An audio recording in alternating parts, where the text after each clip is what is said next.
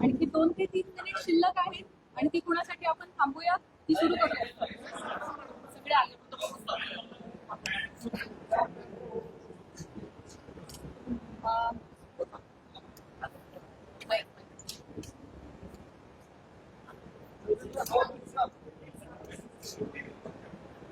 आवाज येतोय सगळ्यांना? माहिती आवश्यकता आहे? आवश्यकता नसेल तर मी डायरेक्ट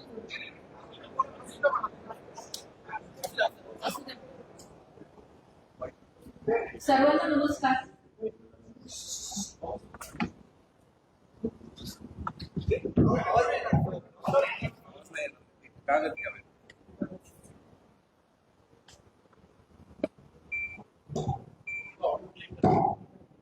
येतोय ना आवाज? सर्वांना नमस्कार. माननीय पोलीस महासंचालक महाराष्ट्र राज्य यांनी अशोक खरात आरोपी असलेल्या गुन्हा रजिस्टर नंबर 73/2026 या गुन्ह्याचा तपास SITच्या मार्फतीने करण्याबाबत आदेशित केलं होतं. त्यानुसार दिनांक 20 मार्च 2026 या तारखेपासून तो गुन्हा आणि त्याशिवायचे 10 गुन्हे असे एकूण 11 गुन्हे SITकडे तपासाला आहे. सदर विशेष तपास पथकामध्ये तपास अधिकारी म्हणून 2 पोलीस उपअधीक्षक आहेत जे माझ्यासोबत दोघं इथं उपस्थित आहेत.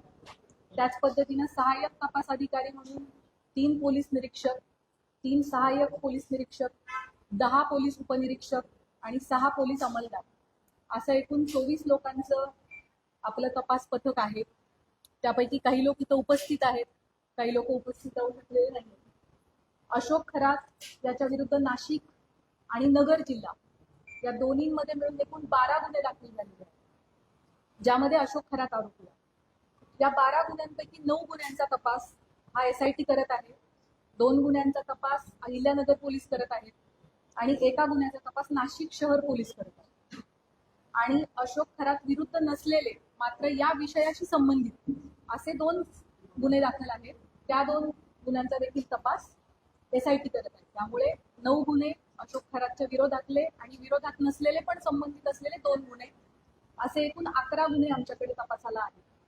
गुन्ह्यातील आरोपी विरुद्ध दाखल केलेल्या गुन्ह्यांपैकी आमच्याकडे असलेल्या गुन्ह्यांपैकी 8 गुन्हे हे महिला लैंगिक अत्याचाराचे गुन्हे आहेत आणि उर्वरित 3 गुन्हे हे फसवणूक आणि त्याच्यासोबतच अंधश्रद्धा विरोधी कायदा, अंधश्रद्धा विरोधी कायदा, सावकारी अधिनियम 2014 आणि इकॉनॉमिक ऑफेन्सेसची इतर रिलिव्हंट कलम याप्रमाणे दाखल आहेत.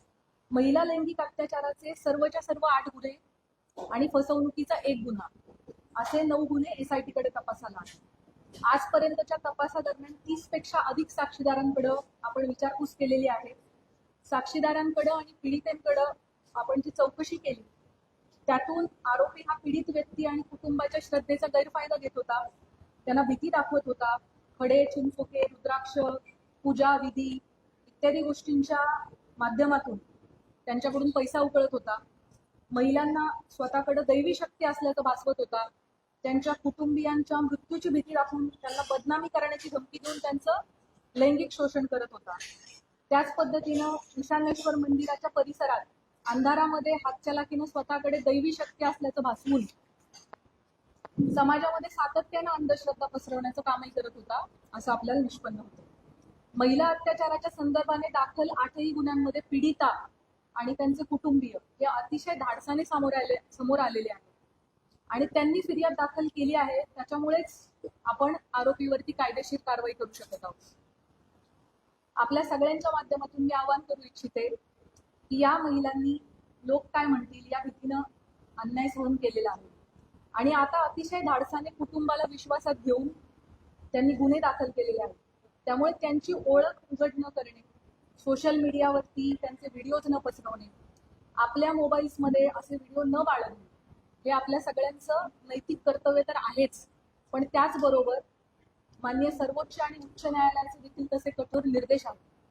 त्यांची ओळख गोपनीय राहणे आणि त्यांच्या खाजगी बाबींची सार्वजनिक चर्चा न होणे हे त्यांच्या मानसिक आरोग्यासाठी आणि त्यांचं धैर्य टिकून राहण्यासाठी अतिशय गरजेचं आहे. आणि म्हणूनच न्याय संस्थेनं वारंवार absolute ban on identity disclosure अशी भूमिका ठेवलेली आहे. अशा केसेसमध्ये पोलिसांच्या पत्रकार परिषदा बाबतीत देखील मर्यादा निश्चित करण्यात आलेल्या आहे. पीडितेच्या गोपनीयतेचा भंग ज्या समाज माध्यमातून झाला आहे अशा प्लॅटफॉर्मवरून ती माहिती हटवण्याबाबत न्यायालयाचे निर्देश आहेत. पीडिता किंवा कुटुंबियांच्या मुलाखती घेण्यास बंदी आहे.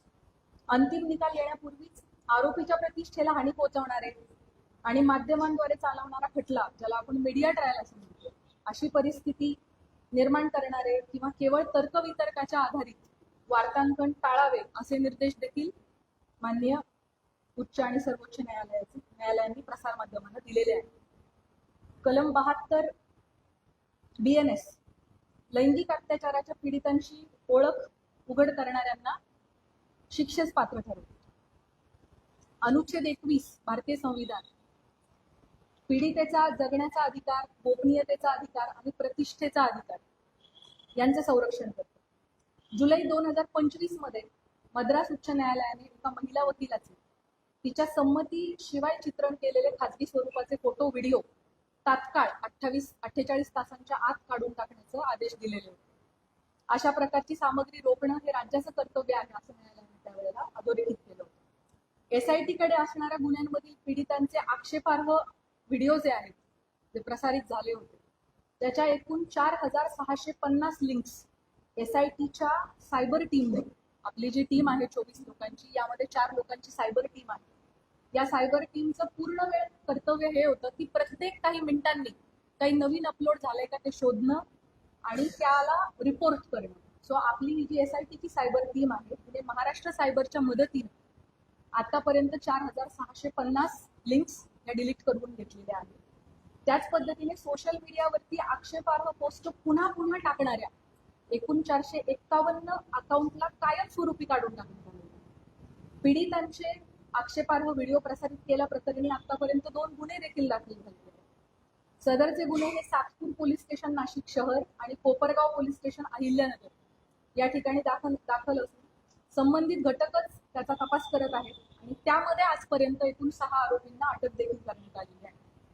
दिल्ली उच्च न्यायालयाने अलीकडेच एका विनयभंगाच्या प्रकरणाशी संबंधित बदनामीकारक स्वरूपाच्या सोशल मीडिया पोस्ट्स काढून टाकण्याचे आदेश दिलेले आहेत आणि आरोपीची प्रतिष्ठा जपण्यासाठी आणि त्याला निपक्ष सुनावणी मिळण्याची खात्री करण्यासाठी न्यायालयाने ही स्टेप घेतली.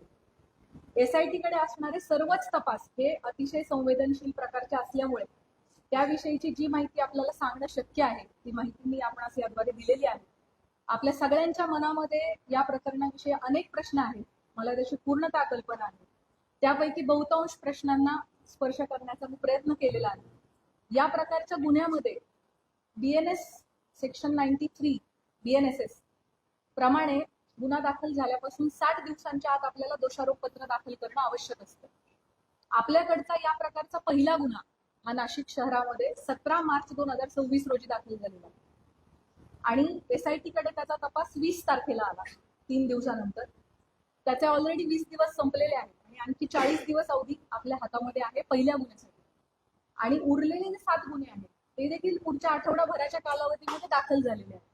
त्यामुळे 40 दिवसानंतर पुढच्या आठवडाभरात या उरलेल्या सगळ्या गुन्ह्यांचं देखील डेडलाईन जी आहे ती जवळ येते. त्यामुळे असं आपण म्हणू शकतो की 40 ते 45 दिवसांमध्ये या 8 गुन्ह्यांचा तपास आपल्याला पूर्ण करणं आवश्यक आहे. तरी या सर्व गुन्ह्यांमध्ये चांगले पुरावे गोळा करून तपास वेळेत पूर्ण करण्याची SITचे प्रयत्न सुरू आहे. त्यासाठी सर्वतोपरी प्रयत्न संपूर्ण टीम करत आहे. आपल्या सर्वांना विनंती आहे की पीडितांना कोणत्याही प्रकारे मनस्ताप होणार नाही याची समाज म्हणून आपण सगळ्यांनी काळजी घेऊयात. तुमच्या माध्यमातून ही आव्हान, ही विनंती मी सर्वांना करू इच्छिते. आपल्या मनामध्ये पदाधिकारी, अधिकारी यांना SIT कडून बोलवण्यात येणार आहे का, किंवा अमुकला आपण का बोलवले नाही, कधी बोलवणार आहे, अशा प्रकारचे देखील अनेक शंका आणि प्रश्न असू शकतात. अनेक पत्रकार, सामाजिक कार्यकर्ते यांनी वेळोवेळी मला मेसेज करून या प्रकारच्या प्रश्नांची विचारणा केलेली आहे. त्याबाबत मी सांगू इच्छिते की आपल्याकडे दाखल गुन्ह्यामध्ये फिर्यादी आणि साक्षीदार जे सांगतात त्याच्या अनुषंगाने तपास होत असतो. तपासादरम्यान जे पुरावे समोर येतात त्याप्रमाणे पुढील तपास केला जातो. पुराव्याच्या आधारे कोण व्यक्ती सह आरोपी आहे का हे पाहिले जाते. त्यानुसार त्याची चौकशी आणि त्याच्यावरची इतर कायदेशीर कारवाई केली जाते. त्यामुळे या गुन्ह्यांच्या बाबतीमध्ये देखील हा गुन्हा घडण्यासाठी मुख्य आरोपी सोडून इतर कोणी कारणीभूत ठरलं आहे का, कोणी याची इकोसिस्टीम निर्माण करण्यामध्ये सहाय्यभूत ठरलेलं आहे का, या अंगाने सुद्धा आपण तपास करत आहोत. या गुन्ह्यांची पार्श्वभूमी तयार करण्यासाठी कोणी मदत केली आहे का, याबाबत पुराव्यानिशी जर आपल्याला निष्पन्न झालं तर त्याविषयी निश्चित कायदेशीर कारवाई केली जाईल. त्याबाबत आपण कोणीही मनामध्ये कुठल्याही पद्धतीची शंका कृपया बाळगू नये. गेले 17 दिवस SIT या गुन्ह्यांचा तपास करत आहे. आमचा तपास अजूनही सुरू आहे. त्यामुळे बहुतांश प्रश्नाची उत्तरं मी दिलेली आहेत. काही प्रश्न कदाचित अनुत्तरित राहिलेले असतील, परंतु जसजसा तपास पुढे जाईल तशी तशी आपल्याला त्या प्रश्नांची पण उत्तरं मिळतील. महत्वाच्या टप्प्यांवरती SIT कडून आपल्याला ब्रीफिंग दिले जाईल. चार्जशीट दाखल होईपर्यंत आपल्याला या प्रकरणाची गोपनीयता बाळगणं अतिशय आवश्यक आहे. तरी मी आपल्या सगळ्यांकडून सहकार्याची अपेक्षा बाळगते. यापूर्वी अशोक खरात याला पहिल्या गुन्ह्यामध्ये एकूण 14 दिवस पोलीस कोठडी मिळाली होती. ती दिनांक 31 रोजी संपली. दिनांक 1/4/2026 रोजी आपण दुसऱ्या गुन्ह्यात त्याला अटक केली आणि न्यायालयासमोर हजर केलं. दिनांक 2 पासून 7 दिवसांची पोलीस कोठडी उद्या दिनांक 8/4/2026 पर्यंत माननीय न्यायालयाने मंजूर केलेली आहे. आता यानंतर पुढील गुन्ह्यामध्ये पोलीस कोठडी आपल्याला मिळावी यासाठी आपण माननीय न्यायालयाला विनंती करणार आहोत. या दरम्यान तुम्हाला माहित आहेच की काही कारणांसाठी आपण VC द्वारे न्यायालयामध्ये आरोपीला हजर करण्याची परवानगी मागितली होती आणि मागच्या हिअरिंगच्या वेळेला माननीय न्यायालयाने तशी परवानगी आपल्याला दिली होती. खरातच्या आर्थिक व्यवहार, प्रॉपर्टीज इत्यादींच्या अनुषंगाने देखील आपल्या मनात भरपूर प्रश्न आहेत, त्याची मला कल्पना आहे. त्याबाबत मी सांगू इच्छिते की या प्रकरणामध्ये ईडीने दखल घेतलेली आहे.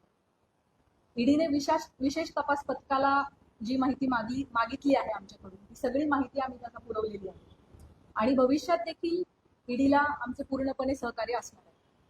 भारतीय राज्यघटनेच्या कलम 51(अ) मध्ये भारतीय नागरिकांची मूलभूत कर्तव्ये सांगितलेली आहेत. त्यामध्ये वैज्ञानिक दृष्टिकोन आणि चौकस बुद्धीचा विकास करणे हे आपल्या सगळ्या नागरिकांचे मूलभूत कर्तव्य आहे असं आपलं संविधान सांगतं.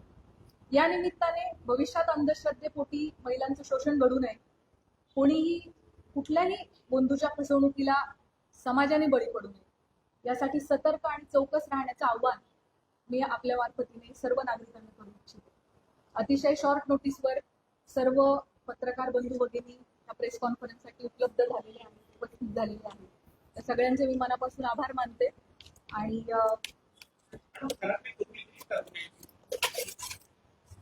मी जसं सुरुवातीलाच सांगितलं की या गुन्ह्यांच्या बाबतीमध्ये मला जी माहिती आपल्याला सांगणं शक्य आहे ती माहिती मी आपल्या समोर मांडलेली आहे. त्यामुळे आपल्या सगळ्यांनी या गोष्टीची सहकार्य करावे. जोपर्यंत चार्जशीट दाखल होत नाही त्याबाबत काही तपासातल्या बाबींची गोपनीयता ठेवणं आपल्यासाठी अतिशय आवश्यक आहे. आपल्या सगळ्यांचे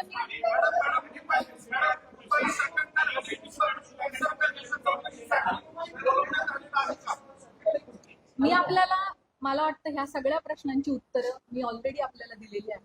सीडीआर लीगच्या बाबतीमध्ये आपण मला एक प्रश्न आता जस्ट कोणीतरी विचारलाय, ज्याचं प्रश्नाचं उत्तर मी दिलं नव्हतं, तेवढं मी देते आणि आपण थांबूयात. अल्पवयीन यामध्ये कुणीही नाहीये. दुसरा जो प्रश्न सीडीआरच्या बाबतीत, याची शासन स्तरावरती चौकशी होत आहे. त्या बाबतीत चौकशीत जे काही निष्पन्न होईल ते आपल्या समोर येईल. थँक्यू. जय हिंद, जय महाराष्ट्र.